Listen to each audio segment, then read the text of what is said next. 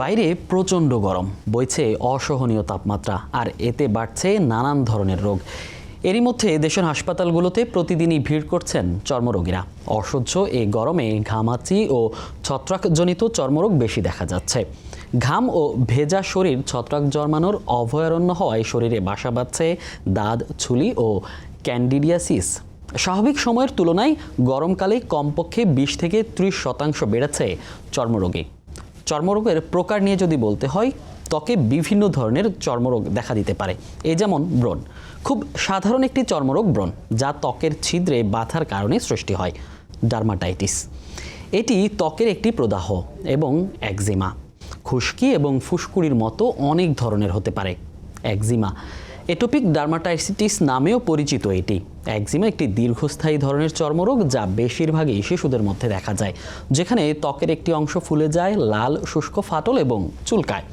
Psoriasis, ত্বকের এক ধরনের জটিল চর্মরোগ এই সোরিয়াসিস। এটি মূলত দীর্ঘমেয়াদী প্রদাহজনিত একটি রোগ, যা শরীরের মূলত চামড়া, নখ বা হাতের পায়ের তালু, মাথার ত্বক ও কিছু জয়েন্টে আক্রান্ত করে। বেসাল এবং স্কোয়ামাস সেল ক্যান্সার, মাথা, মুখ, ঘাড়, হাত এবং বাহুতে গঠিত সাধারণ ধরনের ত্বকের ক্যান্সারকে বলা হয় বেসাল এবং স্কোয়ামাস সেল ক্যান্সার। এবং মেলানোমা, ত্বকের সাধারণ ধরনের একটি ক্যান্সার এটি, তবে এতেও রয়েছে জীবন হুমকি। চর্মরোগের চিকিৎসা। ত্বক চিকিৎসা ও ত্বক চর্চার জন্য প্রাচীনকাল থেকে মানুষ নানা ধরনের পদ্ধতি অবলম্বন করেছে। এর সবচেয়ে আধুনিক সংযোজন হলো লেজার চিকিৎসা। সাধারণত ত্বক বা রূপচর্চা কিংবা ত্বকের নানাবিধ সমস্যা সমাধানে যখন বাজারের প্রসাধন সামগ্রী, ঘরোয়া চিকিৎসা বা প্রথাগত চিকিৎসা ব্যবস্থায় কাজ না হয়, তখন লেজার চিকিৎসা হতে পারে ভালো একটি সমাধান। এটি সম্পূর্ণ ব্যথাহীনভাবে কোনো রূপ কাটা ছেঁড়া ছাড়াই করা হয়। তাই চর্মরোগের চিকিৎসায় লেজারকে যুগান্তকারী সংযোজনও বলা হয়ে থাকে। দর্শক, স্বাগত বদ্যিবাড়িতে। আপনাদের সঙ্গে আছি আমি মনির হোসেন। আজকের বদ্যিবাড়িতে আমরা কথা বলবো ত্বকের চিকিৎসায় লেজার পদ্ধতি নিয়ে। আমরা একটু আগেই যেটা বলছিলাম যে লেজার চিকিৎসা পদ্ধতি একদমই অত্যাধুনিক সংযোজন আমরা বলছি। সেই চিকিৎসা পদ্ধতি আসলে কিভাবে হয়, কাদের হয়, সেসব নিয়েই কথা বলবো আজকের বদ্যিবাড়িতে। আর এই নিয়ে কথা বলার জন্য আমাদের সাথে স্টুডিওতে যুক্ত হয়েছেন একজন বিশেষজ্ঞ অতিথি। উপস্থিত আছেন doctor Cynthia Alam, consultant dermatology, United হাসপাতাল। আপনাকে স্বাগত বদ্যিবাড়িতে। আপনাকে অনেক অনেক ধন্যবাদ আমাকে প্রোগ্রামে আনার জন্য। কেমন আছেন? জি, ভালো।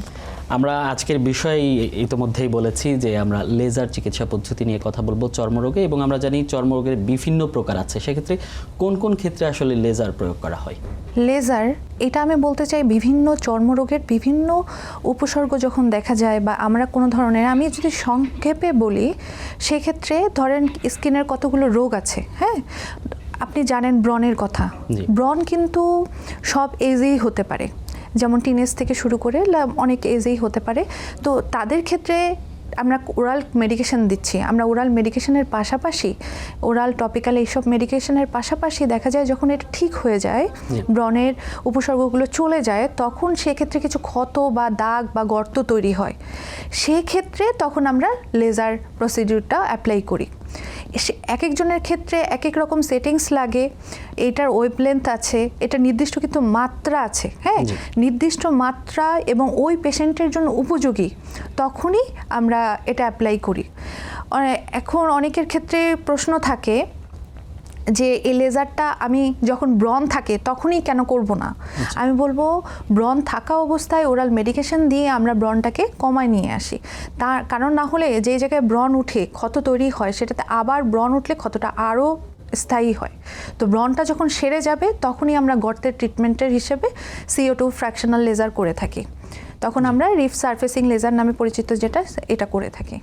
এছাড়াও আরও অনেক ডিজিজে আছে। সেক্ষেত্রে আপনি ব্রণের কথা বলছিলেন, যদি ব্রণের কথাই ধরি, যে সেক্ষেত্রে দীর্ঘস্থায়ী কি এই দাগ নিরাময় করা সম্ভব কিনা?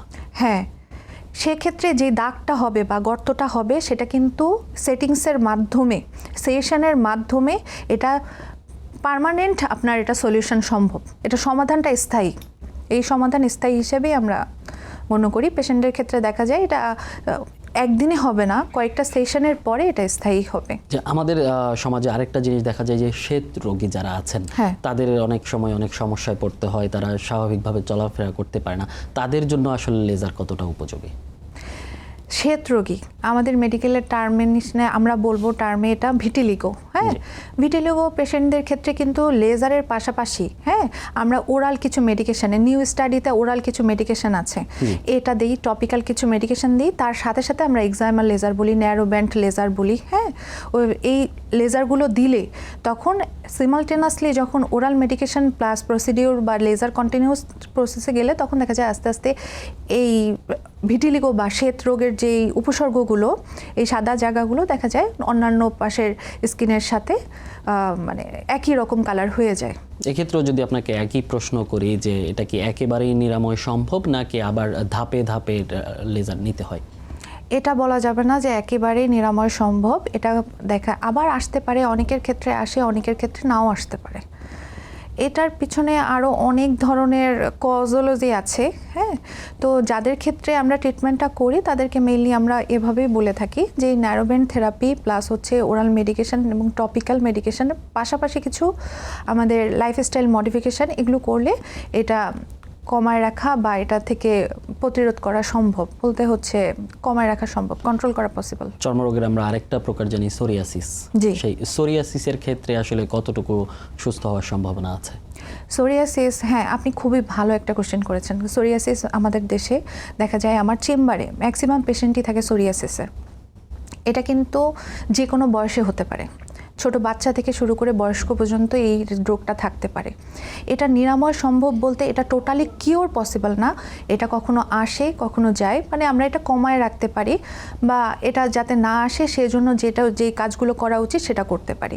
এটা ট্রিটমেন্ট আমি বলবো এটার কিছু ট্রিটমেন্ট আছে, এটা আমাদের এটা কতটুকু শরীরের কতটুকু অংশ এটা এই রোগটাকে মানে উপসর্গ দেখা যায় সেটার উপর ট্রিটমেন্ট ডিপেন্ড করে। হ্যাঁ, দেখা যায় এটা যদি আমাদের 10% বডি সারফেস এরিয়ার কম হয় সেক্ষেত্রে আমরা টপিক্যাল দিতে পারি, শুধুমাত্র লাগানোর মলম দিতে পারি।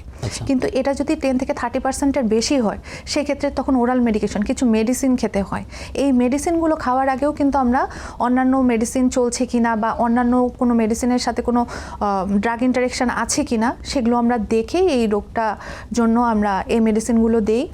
এই ধরনের মেডিসিনগুলো দেওয়ার আগে আমরা কিছু টেস্ট করি এবং এই মেডিসিনগুলো দেখা যায় সপ্তাহে 1 দিন 2 দিনের বেশি খাওয়া যায় না, আমরা এটা বলে দেই। অনেকে দেখা যায় কি এগুলো ফার্মেসি থেকে নিয়ে আসে, নিয়ে তারা ডেইলি খায়, কিন্তু হচ্ছে পরবর্তীতে ড্রাগ ইন্টারেকশন হয়ে যায়, তাদের ড্রাগ রিয়াকশন হয়ে যায়। ড্রাগ রিয়াকশনের ফলে কিন্তু অনেক মানে সিভিয়ার কিছু সাইড ইফেক্ট চলে আসে। এই বিষয়টা নিয়ে আমি একটু পরে আসতাম, কিন্তু যখন আপনি এটা নিয়ে কথা বলছেন আমি একদম প্রাসঙ্গিক বলছি। এই যে ফার্মেসির কথা বলছেন, আপনারা যত্রতত্র যে আমার শরীরে কিছু একটা দেখা দিয়েছে আমি ফার্মেসি থেকে ওষুধ নিয়ে আসছি, একটা বিষয়। আরেকটা হচ্ছে আমরা যেহেতু লেজারের কথা বলছি, যে কোনো জায়গায় আমরা দেখছি যে লেজার করানো হয় এখানে, এই বিষয়টাকে আসলে কিভাবে দেখছেন এবং এটা আসলে কতটা ভয়াবহ রূপ নিচ্ছে? আমি বলবো এটা অ্যালার্মিং এক সিচুয়েশন, কারণ লেজার সব জায়গায়, আপনি ঠিক বলেছেন, এখন সব জায়গায় হসপিটাল বা ক্লিনিক ছাড়া বাইরের অন্যান্য জায়গায় এই লেজারগুলো করা হচ্ছে। ফলে কি হচ্ছে, তারা কিন্তু একটা লেজারের উপর বিশেষজ্ঞ, হ্যাঁ, এবং লেজার সম্পর্কে ধারণা নেওয়া এবং এই বিষয়ে একটা আমরা কিছু ট্রেনিং করি বা এই বিষয়ে আমরা বিস্তারিত ধারণা জেনেই কিন্তু আমরা একটা পেশেন্টের উপর অ্যাপ্লাই করি। হ্যাঁ, এটা ত্বকের উপর যেহেতু অ্যাপ্লাই করা হয়, এটা নির্দিষ্ট মাত্রা এবং কোন স্কিনের জন্য উপযোগী এটা কিন্তু সব স্কিনে করা যায় না। আমাদের দেশের স্কিন টাইপ অনুযায়ী কিন্তু আমাদের যাদের এক্সেসিভ ট্যানিং মানে হচ্ছে অনেক ডার্ক দেখা যায় রোদে পুড়ে গেছে, সেই স্কিনগুলোতে বাদ দিতে হয় এবং সব ডিজিজে এটা দেয়া যায় না। কিছু কিছু ডিজিজের যেটা লেজার অ্যাপ্লাই করা যায় সেটাও আমরা স্কিন অ্যানালাইসিসের পর করে থাকি। তো আমি মনে করি না যে মানে সব জায়গায় যেভাবে এখন অ্যালার্মিং একটা সিচুয়েশন, এটা কখনোই ঠিক না, এটা করা উচিত না। আর ফার্মেসি থেকে ওষুধ নেওয়ার বিষয়ে কি বলবেন? ফার্মেসি থেকে ওষুধ নেওয়ার বিষয়ে আমি বলবো আমাদের নর্মাল ভাষায় একটা রোগ আছে দাঁত, হ্যাঁ, আমাদের মেডিকেলের ভাষায় এটাকে বলে টিনিয়া। এই দেখা যায় এটা একটা ফাঙ্গাল ইনফেকশন। দাঁত হলে কিন্তু আসলে কেউ ডাক্তারের কাছে যায় না। হ্যাঁ, তো এইটাই প্রবলেম। প্রবলেমটা এটাই, কারণ হচ্ছে দাঁত হলে ডাক্তারের কাছে যাচ্ছে না, তারা কার কাছে যাচ্ছে, তারা যাচ্ছে ফার্মেসির দোকান থেকে। ফার্মেসি আছে সেখানে হ্যাঁ, যাচ্ছে। এই ফার্মেসির দোকান থেকে কি হয়, তারা কিছু স্টেরয়েড দিয়ে দেয়, এই স্টেরয়েডগুলো ইউজ করা হয়। এই স্টেরয়েড দিলে দেখা যায় হয়তো বা 4 থেকে 5 দিন, বড় জোর 10-15 দিন এটা কমে থাকে, তারপরে এটা দ্বিগুণ হারে বেড়ে যায়। কারণ দাঁত হচ্ছে একটা ফাঙ্গাস রোগ, হ্যাঁ, এটাতে যদি স্টেরয়েড দেওয়া হয়, স্টেরয়েড তো সব কিছুতেই কিছুটা ওই সময়ের জন্য কিছুটা নিরাময় দেয়, কিন্তু এটা কিন্তু ক্যারেক্টারিস্টিক্স মানে হচ্ছে তার যে একটা নর্মাল ধারা অনুযায়ী ফাঙ্গাসের চরিত্র চেঞ্জ হয়ে যায়। তখন পরবর্তীতে যখন হয় এই দাঁতের জন্য যেই উপযুক্ত ওষুধ সেটা দিলেও কাজ করে না। সেক্ষেত্রে আসলে করণীয় কি?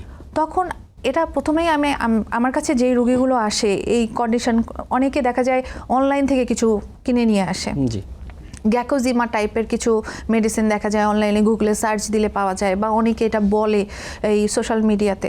তখন এগুলো ব্যবহার করার ফলে হয় কি, এসে তাদেরকে যখন আমি বলি যে এগুলো ব্যবহার করবেন না, এটার কারণে প্রবলেমটা হয়েছে, তখন তারা বলে যে আসলে আমাদেরকে তো মানে আমরা তো ওইভাবে বুঝতে পারিনি, আমরা এইখানে গিয়েছি বা এর পরামর্শ নিয়ে সে এটা ইউজ করেছে। সবার ক্ষেত্রে দাঁত একই রোগ না, আরেকজনের থেকে আপনি যে ওষুধটা নিচ্ছেন বা যে পরামর্শ নিচ্ছেন তার রোগটা আলাদা, সেই রোগটা আপনি দেখতে হবে যে তার রোগটা ডিফারেন্ট, সেই রোগের জন্য হয়তো বা স্টেরয়েড ঠিক ছিল কিন্তু আপনার জন্য না। তো আমি বলবো একজন বিশেষজ্ঞের পরামর্শ নিয়ে যে কোনো ওষুধ, এটা টপিক্যাল হোক, লাগানোর ওষুধ হোক, ওরাল মেডিকেশন হোক, অবশ্যই একজন ডাক্তারের পরামর্শ ছাড়া খাওয়া উচিত না। সোশ্যাল মিডিয়ার কথা বলছিলেন, একদমই আমরা এখন আসক্ত সোশ্যাল মিডিয়ায়। সেক্ষেত্রে ফেসবুক, টিকটকে আমরা প্রতিনিয়তই একদম চটকদার বিজ্ঞাপন দেখি যে আসছে এত বছরের পুরানো দাগ নিমিষেই শেষ হয়ে যাচ্ছে। এই ধারণাকে কি বলবেন? এটা তো ধরেন আমি যে বিষয়টা জানি না সেটাতে যখন আমি দেখব যে আমার এই সমস্যাটার সমাধান আমি মিনিটের মধ্যেই পাচ্ছি, তখন কিন্তু আমি সেটাই করব। হুট করে আমার একটা অবচেতন মন মনে করবে যে সেটা আমার দাগ আছে, আমি তাহলে একদিনেই ঠিক হয়ে যাচ্ছে, তখন এটাই ব্যবহার করে। কিন্তু এটা যে একটা স্ক্যাম, হ্যাঁ, এই স্ক্যাম থেকে আমাদের বিরত থাকা উচিত। কারণ কখনোই কোনো ধরনের রোগ 1 দিন 2 দিন বা হচ্ছে হঠাৎ করে ঠিক হয়ে গেল এটা হয় না। অনেকে দেখবেন যে অনলাইনে দেখায় দাগগুলোতে কাঠি দিয়ে কিছু একটা দিয়ে দিচ্ছে, সেটা দেওয়ার পর তারা মুছে দিচ্ছে, ওই মিনিটের মধ্যেই চলে যাচ্ছে। এটা যে কত বড় একটা ভুল জিনিস, বা এরা যে আমাদেরকে কিভাবে একটা ভ্রান্ত ধারণা দিচ্ছে, এটা অনেকের ধারণা এটা দিলেই তো চলে যাবে। তারপরে যখন এটা ইউজ করতে থাকে বা সে ভুক্তভোগী হয়ে তারপর বুঝতে পারে, তারপর তখন চিকিৎসকের কাছে আসে বা তখন চেম্বারে আসে, তখন কিন্তু অনেক পেশেন্টের ঠিক করা পসিবল হয়, অনেকের ক্ষেত্রে পসিবল হয় না। আমরা আবারও একদম শুরুতে যে রোগ নিয়ে কথা বলছিলাম, অনেকে বয়সের ছাপ কমাতে চান, হ্যাঁ, সেক্ষেত্রে আসলে লেজার কতটুকু ভূমিকা পালন করে? অ্যান্টি এজিং এর ক্ষেত্রে ফাইন লাইন্স, ফাইন রিঙ্কেল যেগুলো বলি আমরা, হ্যাঁ, ছোট ছোট ভাঁজ যেগুলো পড়ে, এই ভাঁজগুলো চোখের পাশে, কপালে যে শুরু হয়, হ্যাঁ, এই আর্লি 30 দেখা যায় এই বয়সগুলোতে, তখন এই ভাঁজগুলো আমরা ফ্র্যাকশনাল লেজারের মাধ্যমে আস্তে আস্তে চেষ্টা করি। এটা ছাড়াও কিন্তু লেজারে বয়সের সাথে সাথে আরও পিগমেন্টেশন আসে। আবার অনেকের কিন্তু রোদের কারণে, সূর্যরশ্মির কারণে কিছু ফ্রিকেলস, মোলস এগুলো আসে, ফ্রিকেলস আসে, লেন্টিজেন আসে, এগুলোর জন্য আমরা লেজার করে থাকি। এগুলো ঠিক হয়, এটার জন্য আমরা কিউ সুইচ লেজার করে থাকি, নির্দিষ্ট মাত্রায় উপযোগী রোগীর জন্য আমরা করে থাকি। সেক্ষেত্রে আরেকটা সমস্যা আছে যেটা আমাদের একদম নারীদের বেশি সমস্যা হয়, মেস্তা বলে থাকি। সেই মেস্তার কারণে অনেকের অনেকদম সমাজে নিগ্রহেরও দেখা দেয় এবং শিকার হতে হয়। সেক্ষেত্রে আসলে করণীয় কি এবং লেজার কতটা ভূমিকা পালন করে? আপনি খুবই ভালো একটা কোশ্চেন করেছেন, কারণ মেস্তা সবার, মানে দেখা যায় এখন ম্যাক্সিমাম পেশেন্টের বা রুগীরা কিছু না কিছু এমন কোনো অয়েনমেন্ট বলেন, এমন কিছু কসমেটিক্স বলেন, এগুলো দীর্ঘদিন ধরে ব্যবহার করার কারণে অথবা সূর্যরশ্মিতে সানস্ক্রিন ব্যবহার করার না কারণে তাদের এই মেস্তাটা চলে আসে। কিন্তু মেস্তা চলে আসার পরও তারা কিছু ক্রিম ব্যবহার করতেই থাকে, এগুলো কিছু লেড থাকে, মার্কারি থাকে, অনলাইনে দেখবেন কিনতে পাওয়া যায় যে এই মেস্তার জন্য কিছু লেড মার্কারি দেওয়া কিছু অয়েনমেন্ট বা ক্রিম হিসেবে সেল হয়, অনেকে কসমেটিক্স হিসেবে, ক্রিম বক্স হিসেবে সেল করে।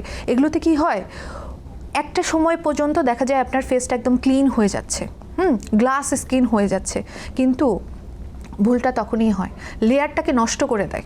টোটালি লেয়ারটাকে নষ্ট করে দেয়। আমাদের স্কিনের যে লেয়ারগুলো, সেই লেয়ারের মধ্যে আমাদের যখন আপার লেয়ার এপিডার্মাল লেয়ারটাকে নষ্ট করে দেয়, তখন কিন্তু মোটামুটি মেস্তা আসা শুরু করে। এটা আস্তে আস্তে যখন আপনি ওষুধটা বন্ধ করবেন বা কন্টিনিউ করবেন, পরের দিকে আর কাজ করবে না, তখন দেখা যাবে এই ক্রিমগুলো ব্যবহার করার কারণে আবার আসবে। হাইড্রোকুইনোন জাতীয় কিছু অয়েন্টমেন্ট দোকানে পাওয়া যায়, এটা বেশি মাত্রায় ব্যবহার করলে বা দীর্ঘদিন যাবৎ ব্যবহার করলে কিন্তু এটার কারণেও মেস্তা হয়। আপা আরেকটা বিষয় যদি বলতে চাই, সেটা হচ্ছে সানব্লক ব্যবহারের ক্ষেত্রে আসলে কী ধরনের সানব্লক ব্যবহার করবে। সেক্ষেত্রে বাইরে যাওয়ার সময় আপনারা বলছেন যে সানস্ক্রিন ব্যবহার করতে, সেক্ষেত্রে আমাদের পুরুষদেরও অনেক সমস্যা হচ্ছে, যারা বিশেষ করে বাইক রাইড করছে তাদের সমস্যা হচ্ছে, এক্ষেত্রে আসলে করণীয় কি? সানস্ক্রিন এখন যদি আপনি বলেন যে আমি ত্বকের একটি যত্ন নিতে চাই, আমার পক্ষে সম্ভব না, ছেলেরা হয়তো বা ব্যস্ত থাকে, অনেক সময় এত ত্বকের কেয়ার করা পসিবল হয় না, তাহলে তাদেরকে বলবো আর কিচ্ছু ব্যবহার করতে হবে না, জাস্ট আপনি মুখটা একটু ক্লিন করবেন আর সানস্ক্রিন ব্যবহার করবেন। তখন তারা বলবে সানস্ক্রিন আমি কখন ব্যবহার করব? সানস্ক্রিন অবশ্যই ব্যবহার করতে হবে সকাল 9টা থেকে বিকেল 4টা পর্যন্ত। এই রোদটাতে আমাদের যে রশ্মিটা থাকে সেটা আমাদের ত্বকের সব থেকে বেশি ক্ষতি করে। এই ক্ষতিটা কিন্তু একটা, অনেকেই বলে কি লেজার সেফ না, লেজারের কী কী সাইড এফেক্ট হতে পারে। তো আমি বলবো লেজারের যেই সাইড এফেক্ট না হতে পারে, পসিবিলিটি থাকে, তার থেকে বেশি ক্ষতি হয়ে থাকে এই সূর্যরশ্মি থেকে। এই সূর্যরশ্মির জন্য একটা সানব্লক ব্যবহার করতে হবে। সানস্ক্রিনটা অবশ্যই 30+ থেকে 50+ হতে হবে এবং এটা 9টা থেকে 4টার মধ্যে ব্যবহার করতে হবে, এই সময়টাতে ব্যবহার করতে হবে। এবং সকাল 9টা থেকে 4টা পর্যন্ত যে এই একবারই ব্যবহার করবে নাকি বারবার ব্যবহার করবে, অবশ্যই এভরি 2 আওয়ার্স, মানে আপনার 2 ঘন্টা পর পর রিঅ্যাপ্লাই করতে হবে। এটা আপনি যদি আপনার ডেইলি লাইফের মধ্যে, ডেইলি রুটিনের মধ্যে আপনি ইনক্লুড করে ফেলেন, তখন কিন্তু পরবর্তীতে আপনার মনে হবে না তেমন, কারণ আপনি এটাই ব্যবহার করলে আপনার স্কিনের এজিংটা ডিলে হবে, স্কিনের আদার্স যে পিগমেন্টেশন বা দাগগুলো আসে সেগুলো ডিলে হবে, সেগুলো আসবে না। পার্শ্ব প্রতিক্রিয়ার কথা বলছিলেন, এই লেজারের আসলে পার্শ্ব প্রতিক্রিয়া কি রয়েছে? লেজারের পার্শ্ব প্রতিক্রিয়া বলতে, লেজার মানে আমাদের দেশে অনেক আগে থেকে কিন্তু চোখের জন্য ল্যাসিক হিসেবে করে থাকে, তো পার্শ্ব প্রতিক্রিয়া খুবই সামান্য, কিন্তু এই পার্শ্ব প্রতিক্রিয়া অনেক বেশি হতে পারে যখন এটা উপযুক্ত রোগী বা স্কিন অ্যানালাইসিস না করে যেখানে সেখানে বিশেষজ্ঞ ছাড়া করা হবে, তখন কিন্তু এই পার্শ্ব প্রতিক্রিয়া পার্মানেন্ট বার্নিং বা পার্মানেন্ট পিগমেন্টেশন PIH ডেভেলপ করতে পারে।